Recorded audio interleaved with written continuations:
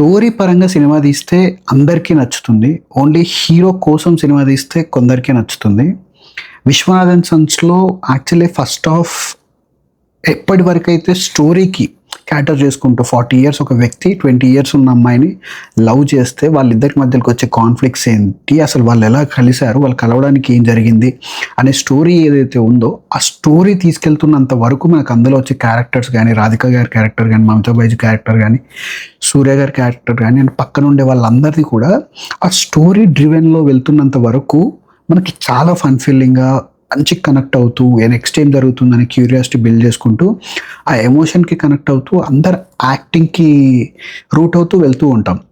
But second half వరకు actually interval point of టైంలో నన్ను అడిగితే I would have same it's a great movie అని చెప్పేవాడిని. బట్ ఇప్పుడు మొత్తం సినిమా చూసాక it was a good movie లాగా అనిపించింది. ఎందుకంటే ఒక పాయింట్ తర్వాతకి అక్కడి దాకా మొత్తం సినిమా ఈ పాయింట్ ఏదైతే ఉందో 40 years boy loving 20 years girl అనే పాయింట్ ఏదైతే ఉందో ఆ పాయింట్ వరకు నేను చాలా కనెక్ట్ అయి ఉన్నాను. ఎందుకంటే మమతా బైజు చబ్బీ యాక్టింగ్ కానీ, తను ఆ రోల్కి మనల్ని కనెక్ట్ చేసే విధానం కానీ, రాధిక గారి క్యారెక్టర్ కానీ ఇవన్నీ మనకి చాలా బాగా కనెక్ట్ అవుతాయి. వెన్ ఇట్ కమ్స్ టు సూర్య క్యారెక్టర్కి చాలా ట్రామా ఉంటుంది, ఎక్కువగా మాట్లాడు. సో అతనుకున్న పరిధిలో ఆ క్యారెక్టర్కి చాలా బాగా పోర్ట్రే చేశాడు. బట్ సూర్య అనే స్టేచర్ ఏదైతే మన వాళ్ళు చూస్తారో సో దానికి క్యాటర్ చేద్దాం అన్నట్టు ఒక పాయింట్లో వెళ్ళిపోతుంది మూవీ. అక్కడి నుంచి ఫైట్స్ కానీ, ఫ్యామిలీ ఎమోషన్ కానీ, మిగతా వాళ్ళందరికీ అంతవరకు స్క్రీన్ స్పేస్ ఎంతైతే ఉంటుందో మిగతా వాళ్ళందరినీ పక్కకు తోసేసి కొంచెం సేపు వరకు ఫ్యాన్స్కి క్యాటర్ చేద్దాం అన్నట్టు సూర్యని ఎక్కువసేపు చూపిద్దామని ట్రై చేస్తూ ఉంటారు. సో అక్కడ నాకు డిస్కనెక్ట్ అనిపించింది.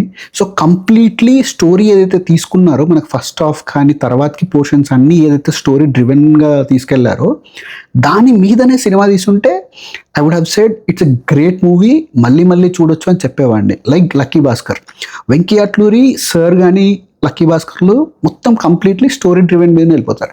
ఇందులో కొంచెం ఫ్యాన్ సర్వీస్ దగ్గరికి వెళ్ళిపోయేసరికి ఆ 40 మినిట్స్ పోర్షన్ ఏదైతే ఉందో నాకు ఇది అవసరం లేదు కదా అనిపించి ఇట్స్ ఎ గుడ్ మూవీ లాగా మిగిలిపోయింది. But first half was so great, నేను మళ్ళీ మళ్ళీ పెట్టుకొని చూడడానికి కూడా ఐఎమ్ ఇంట్రెస్టెడ్. బట్ ఆ పోర్షన్స్ ఏవైతే ఉన్నాయో తర్వాతకి సెకండ్ హాఫ్ చాలా వరకు లాగ్ అనిపిస్తుంది.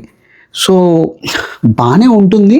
I like the film, I can say I didn't like the film. అందరు పర్ఫార్మెన్సెస్ చాలా బాగున్నాయి. బట్ ఇంకా స్టోరీ డ్రివెన్గానే సెకండ్ హాఫ్లో కూడా వెళ్ళుంటే I could have loved it more. Great movie అని చెప్పేవాడిని. బట్ ఇప్పుడైతే I would say it's a good watch.